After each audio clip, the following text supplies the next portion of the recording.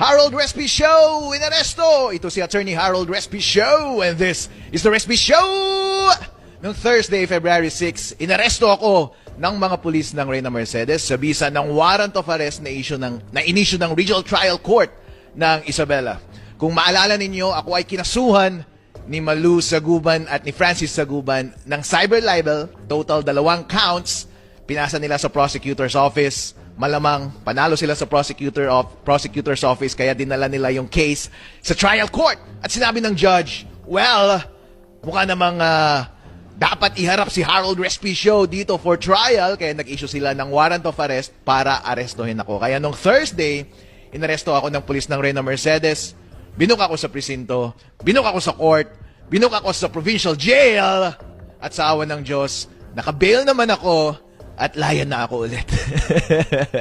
So gusto ko lang magpasalamat sa lahat ng mga public officials at taong involved noong ako ay naaresto at prinases ang aking booking sa court at sa provincial jail. Siyempre, tuloy ang laban. Yeah, buddy.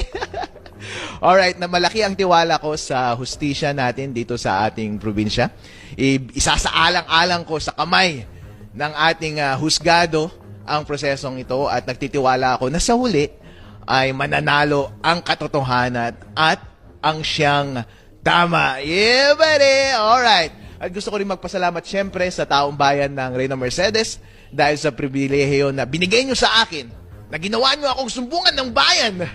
At ako tuloy ang nagre-report ng lahat ng reklamo ninyo sa mga nakaupong politiko sa ating bayan. At dahil doon, ay nakakasuhan tuloy ako.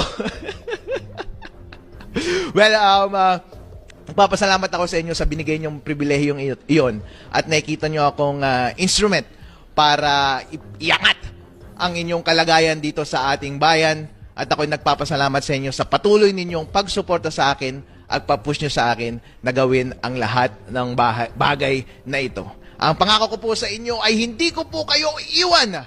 Kahit ano ang gawin nila sa akin ay hindi po ako aatras at lahat tayo ay lalaban ng sama-sama. Dahil lahat ng ito ay ginagawa ko po para sa inyo. Dahil yun lamang ang aking maisusukli sa ibinigay ninyong pribilehyo sa akin na kayo at pagsilbihan na irepresenta kayo ng tama para makuha natin lahat ng ating mga karapatan. Alright? So, I think from here forward, wala na tayong masyadong ipag-alala kasi nagawa naman na nila lahat ang pwede nilang gawin sa akin. So, ang kulang nilang, Francis, isa na lang natitira mong bala.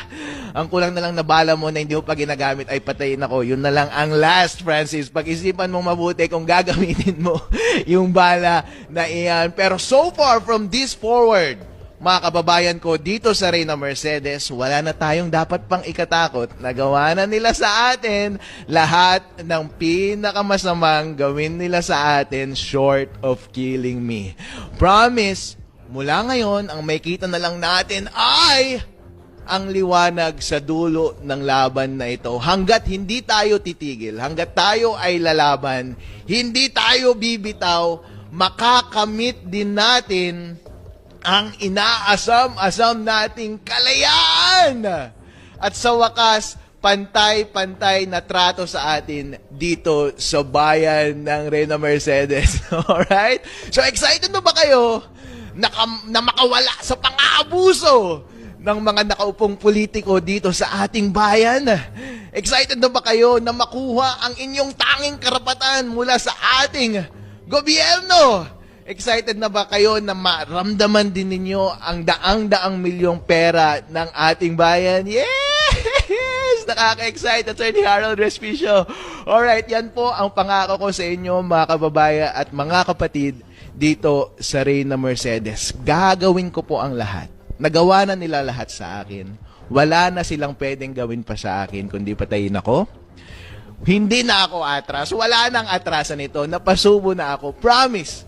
Gagawin ko po ang lahat para maitama lahat ng nakikita nating kamalian at least sa gobyerno natin dito sa bayan ng Reyna Mercedes. Number 1, sasabihin ko lahat sa inyo, lahat ng perang pumapasok sa ating bayan at gagawin namin ang lahat para ang lahat ng ito ay maibigay sa inyo ng buo at walang kupit. So excited na ba kayo sa mga bagay na yon?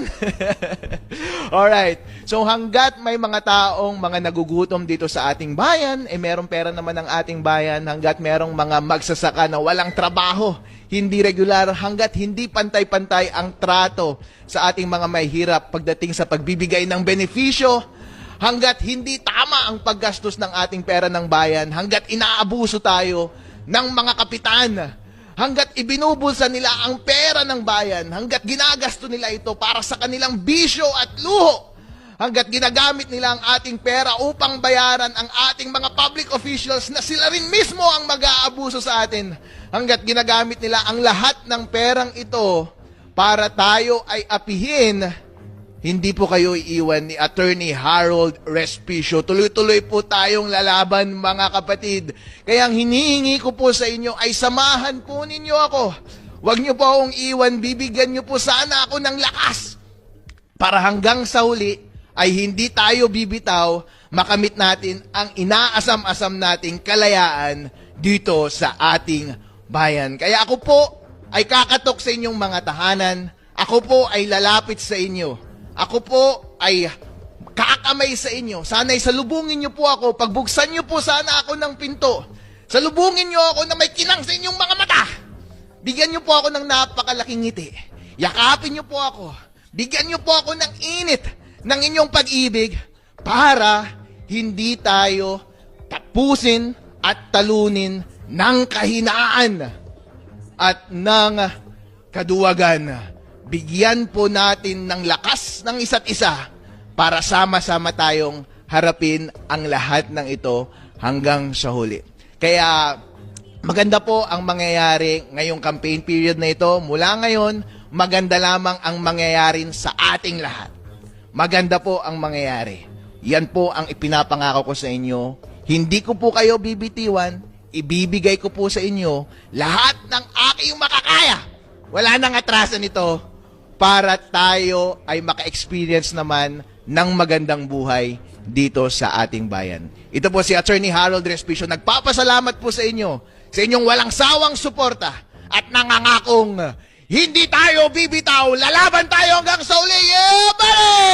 Alright, thank you so much. Thank you for watching